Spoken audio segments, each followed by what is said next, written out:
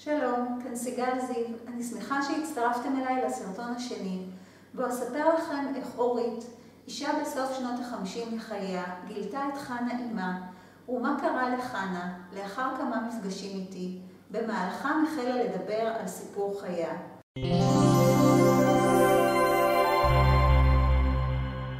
פתאום גיליתי את אמא שלי, אמרה לי יום אחד אורית. חצי שנה קודם לכן, פנתה אליי וביקשה שאכתוב את סיפור חייה של אמא. אמא אף פעם לא דיברה, אמרה, כאילו חלק שלם בחייה נמחק. לעתים הנכדים היו שואלים אותה, סבתא, מה זה המספר הזה שעל היד שלך? כשתגדלו אספר לכם, הייתה עונה וממהרת להעביר נושא. לעולם לא אשכח את הפגישה הראשונה עם חנה, אמה של אורית.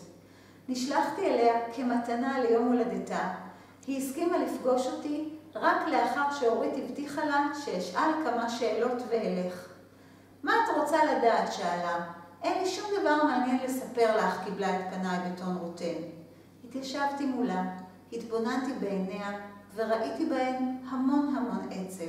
אורית סיפרה לי על הבישולים המיוחדים שלך, אמרתי. ספרי לי קצת מה את מבשלת, הבנתי שאין בשלנית כמוך. עיניה של חנה אורו. בואי למטבח, אני אראה לך. שעה לאחר מכן הצלחתי לקבל מחנה כמה טיפים, ואפילו לשמוע סיפור אחד או שניים על ימי ילדותה.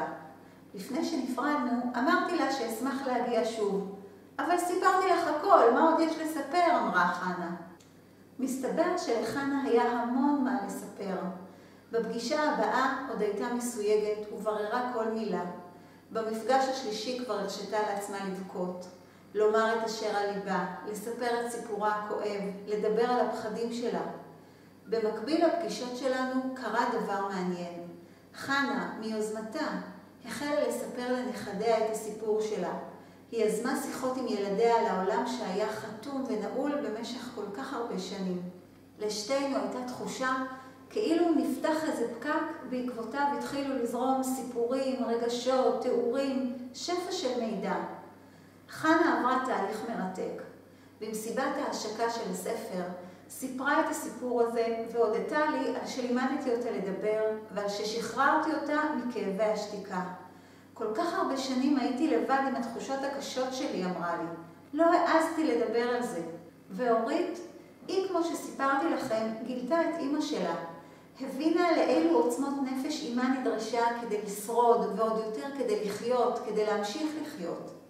אורית הבינה שמאחורי משפטים שלא אחת הרגיזו אותה כמו אל תשכחי לסגור את הגז או תנעלי את הדלת, הסתתרו כל השנים פחדים עמוקים וזיכרונות מרים.